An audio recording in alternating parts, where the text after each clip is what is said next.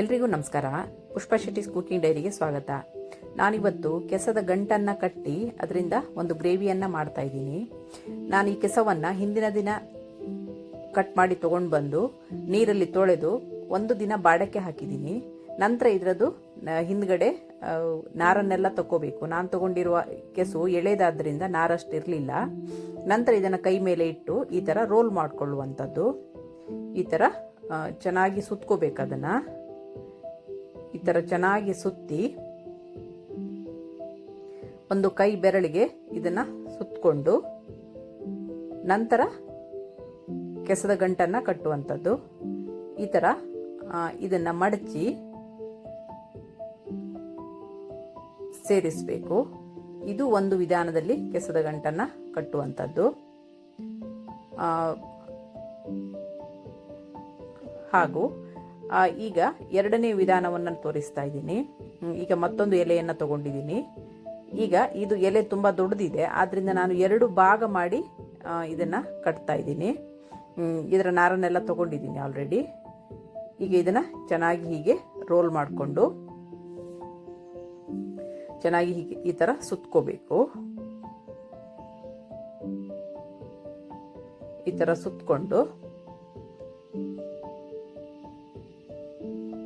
ಈ ಥರ ಬೆರಳಿಗೆ ಅದನ್ನು ಸುತ್ತಿ ಈ ಥರ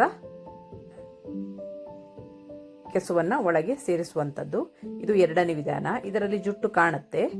ಇದನ್ನು ಈಗ ಹೇಗೆ ಗ್ರೇವಿ ಮಾಡೋದು ಅಂತ ನೋಡೋಣ ಬನ್ನಿ. ಕೆಸುವನ್ನು ಆರಿಸುವಾಗ ಈ ತರ ವೈಟ್ ಕಲರ್ ಬೊಟ್ಟ ಇರುವ ಕೆಸವನ್ನ ಆರಿಸಿದ್ರೆ ಒಳ್ಳೆಯದು.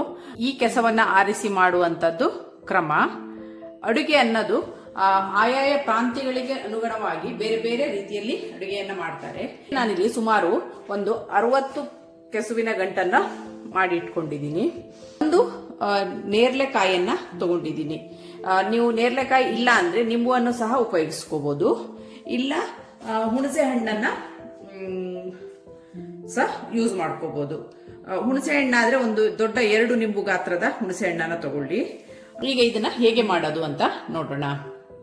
ಗಂಟಿನ ಸಾರನ್ನ ಮಾಡ್ಲಿಕ್ಕೆ ಇದಕ್ಕೆ ಒಂದು ಮಸಾಲವನ್ನ ರೆಡಿ ಮಾಡ್ಕೋಬೇಕು. ಇಲ್ಲಿ ನಾನು ಒಂದು 3 ಟೀ ಸ್ಪೂನ್ ಆಗುವಷ್ಟು ಅಚ್ಚ ಖಾರದ ಪುಡಿಯನ್ನ ಹಾಕಿದ್ದೀನಿ. 1 ಟೀ ಸ್ಪೂನ್ ಆಗುವಷ್ಟು ಜೀರಿಗೆ ಪೌಡರ್ ಅನ್ನ ಹಾಕಿದ್ದೀನಿ. 1.5 ಟೀ ಸ್ಪೂನ್ ಆಗುವಷ್ಟು ಕೊತ್ತಂಬರಿ ಪುಡಿಯನ್ನ ಹಾಕಿದ್ದೀನಿ.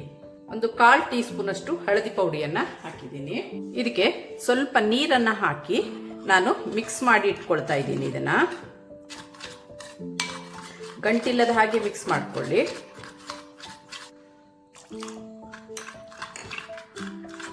ಗಂಟಿಲ್ಲದ ಹಾಗೆ ಕಲಸಿದ್ದೀನಿ. ಈಗ ಇದಕ್ಕೆ ರುಚಿಗೆ ತಕ್ಕಷ್ಟು ಉಪ್ಪನ್ನ ಹಾಕ್ಕೊಳ್ತಾ ಇದ್ದೀನಿ. ಈಗ ಈ ನೇರಳೆಕಾಯಿಯನ್ನ ನಾವು ಇದಕ್ಕೆ ಹಾಕೋಣ. ಇದನ್ನ ಸ್ವಲ್ಪ ತಿಕ್ಕೋಬೇಕು ಕಟ್ ಮಾಡೋ ಮೊದಲು, ಅವಾಗ ಹುಳಿ ನೀರು ಇದರಲ್ಲಿ ಚೆನ್ನಾಗಿ ಬಿಟ್ಕೊಳ್ಳುತ್ತೆ. ಇದನ್ನ ಕುದಿಸಿ ಇಟ್ಕೊಳ್ತಾರೆ. ಫಿಶ್ ಫ್ರೈಗೆ ಎಲ್ಲ ಇದನ್ನ ಉಪಯೋಗಿಸ್ಕೋಬಹುದು. ಈಗ ಇದನ್ನ ಕಟ್ ಮಾಡ್ಕೊಳ್ಳೋಣ. ಕಟ್ ಮಾಡಿ ಇದರ ರಸವನ್ನ ಅದಕ್ಕೆ ಹಿಂಡೋಣ.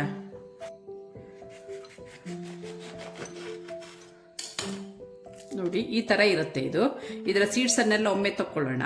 ಇದರ ಸೀಡ್ಸ್ ಅನ್ನ ತಕೊಂಡು ಇದರ ಹುಳಿಯನ್ನ ಉಪಯೋಗಿಸುವಂಥದ್ದು. ಈಗ ಈ ಹುಳಿಯನ್ನ ಕಟ್ ಮಾಡಿ ನಾನು ಅದರ ಸೀಡ್ಸ್ ಅನ್ನೆಲ್ಲ ತಕೊಂಡು ಬಂದಿದ್ದೀನಿ. ಈ ಹುಳಿಯ ನೀರನ್ನ ಇದಕ್ಕೆ ಹಿಂಡೋಣ.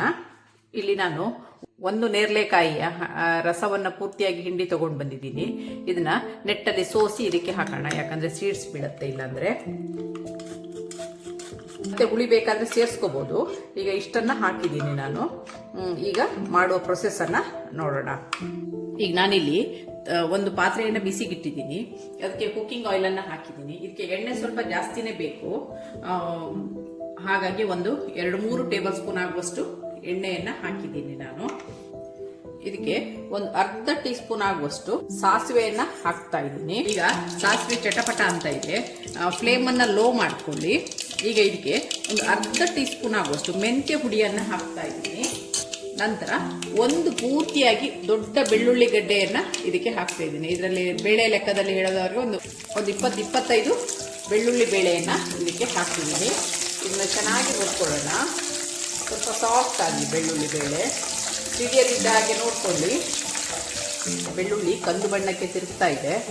ಇಷ್ಟಾದರೆ ಸಾಕು. ಬೆಳ್ಳುಳ್ಳಿ ಒಗ್ಗರಣೆಯಲ್ಲಿ ಹಾಕಿ ಘಮ ಬರ್ತಾ ಇದೆ. ಬೆಳ್ಳುಳ್ಳಿ ಈ ಥರ ಕೆಂಪುಗಾಗ್ತಾ ಬರ್ತಾ ಇದೆ. ಇದೀಗ ಆಗಿದೆ. ಈ ಹಂತದಲ್ಲಿ ನಾವೇನು ಮಸಾಲೆನ ನೀರಿಗೆ ಹಾಕಿ ರೆಡಿ ಮಾಡಿ ಇಟ್ಕೊಂಡಿದ್ದೀವಿ, ಈ ಮಸಾಲೆನ ಇದಕ್ಕೆ ಹಾಕ್ತಾ ಇದ್ದೀವಿ.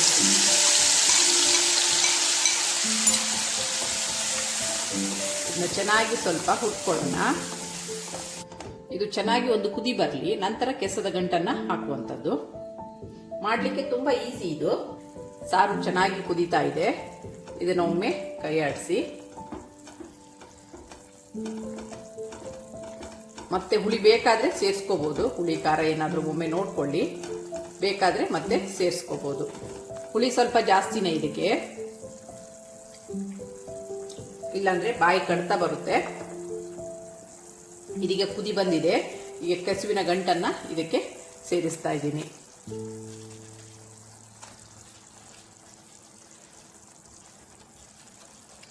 ನೋಡಿ, ಎಲ್ಲ ಕೆಸುವಿನ ಗಂಟನ್ನ ಇದಕ್ಕೆ ಸೇರಿಸಿದ್ದೀನಿ. ಇದು ಇದರಲ್ಲಿ ಚೆನ್ನಾಗಿ ಬೇಯಲಿ. ಹೆಚ್ಚಿಗೆ ಸೌಟ್ ಹಾಕಕ್ಕೆ ಹೋಗಬೇಡಿ, ಗಂಟು ಬಿಡಿಸ್ಕೊಳ್ಳುವ ಚಾನ್ಸಸ್ ಇರುತ್ತೆ. ಇದಕ್ಕೆ ಗಾಂಧಾರಿ ಮೆಣಸನ್ನ ಒಳಗಡೆ ಇಟ್ಟು ಸಹ ಕಟ್ತಾರೆ, ಖಾರ ತುಂಬ ತಿನ್ನುವವರು. ನಾನಿಲ್ಲಿ ಹಾಕಿಲ್ಲ. ಇಲ್ಲಿ ನಾನು ಸುಮಾರು ಒಂದು 50 ಕೆಸುವಿನ ಗಂಟನ್ನ ಪ್ರಮಾಣದಲ್ಲಿ ಮಾಡಿದ್ದೀನಿ. ಇದನ್ನ ಮುಚ್ಚಿಡೋಣ, ಚೆನ್ನಾಗಿ ಇದರಲ್ಲಿ ಬೇಯಲಿ. ಫ್ಲೇಮನ್ನು ಲೋ ಮಾಡೋಣ. ವೀಕ್ಷಕರೇ ನೋಡಿ, ಈಗ ಇದು ಕುದೀತಾ ಇದೆ. ಇನ್ನು ಸ್ವಲ್ಪ ಹೊತ್ತು ಕುದೀಲಿ, ಚೆನ್ನಾಗಿ ಡ್ರೈ ಬರಲಿ. ಇದು ಕೆಸ ತಿಂದರೆ ಹೊಟ್ಟೆಯಲ್ಲಿರೋ ಕಸ ಎಲ್ಲ ಹೊರಗೆ ಹೋಗುತ್ತೆ ಅಂತ ಒಂದಿನವರದ್ದು ಒಂದು ಗಾದೆನೇ ಇದೆ. ವರ್ಷಕ್ಕೊಮ್ಮೆ ಆದರೂ ಇದನ್ನ ತಿನ್ನಬೇಕು. ಇದು ತುಂಬ ಪ್ರಾಕೃತಿಕವಾಗಿ ಇದು ತುಂಬ ನೀಟಾಗಿರೋದ್ರಿಂದ, ಈ ಆಷಾಢ ಮಾಸದಲ್ಲಿ ತುಂಬ ಮಳೆ ಇರೋದ್ರಿಂದ ಈ ಮಳೆಗಾಲದಲ್ಲಿ ಮಾಡುವಂಥ ವಿಶೇಷವಾದ ಒಂದು ಸಾಂಪ್ರದಾಯಿಕ ರೆಸಿಪಿ. ವರ್ಷದಲ್ಲಿ ಒಮ್ಮೆ ಆದರೂ ಇದನ್ನ ತಿನ್ನಬೇಕು ಹೇಳ್ತಾರೆ. ವೀಕ್ಷಕರೇ, ಇದು ಆಗ್ತಾ ಬಂದಿದೆ. ಈಗ ಇದಕ್ಕೆ ಲಾಸ್ಟಲ್ಲಿ 1 ಟೀ ಸ್ಪೂನ್ ಆಗುವಷ್ಟು ತುಪ್ಪವನ್ನ ಸೇರಿಸ್ತಾ ಇದ್ದೀನಿ. ಇದು ಚೆನ್ನಾಗಿ ಕುದಿಲಿ, ತುಪ್ಪ ಚೆನ್ನಾಗಿ ಇದರಲ್ಲಿ ಹೊಂದ್ಕೊಳ್ಳಿ, ಚೆನ್ನಾಗಿ ಇದರಲ್ಲಿ ಕುದಿಲಿ. ನೋಡಿ, ಈ ತರ ಬರುತ್ತೆ.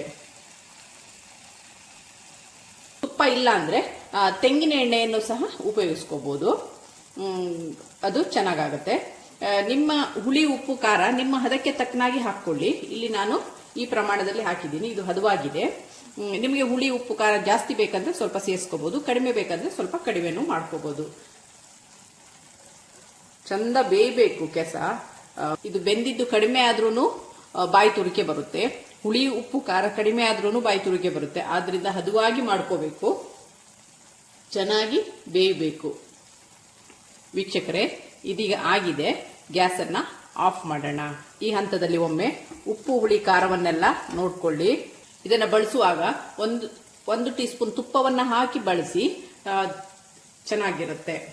ಇದಾಗಿರುತ್ತೆ ಇವತ್ತಿನ ನನ್ನ ಡೈರಿ ರೆಸಿಪಿ. ನಿಮಗೆ ನನ್ನ ಈ ರೆಸಿಪಿ ಇಷ್ಟವಾದಲ್ಲಿ ಪುಷ್ಪಾ ಶೆಟ್ಟಿಸ್ ಕುಕಿಂಗ್ ಡೈರಿ ಇದಕ್ಕೆ ಒಂದು ಲೈಕ್ ಕೊಡಿ, ಶೇರ್ ಮಾಡಿ, ಕಮೆಂಟ್ ಮಾಡಿ. ಸಬ್ಸ್ಕ್ರೈಬ್ ಆಗಿಲ್ಲ ಅಂದ್ರೆ ಸಬ್ಸ್ಕ್ರೈಬ್ ಆಗಿ, ಹಾಗೂ ನಿಮ್ಮ ಫ್ಯಾಮಿಲಿ ಮತ್ತು ಫ್ರೆಂಡ್ಸ್ಗಳ ಜೊತೆನೂ ಹಂಚಿಕೊಳ್ಳಿ.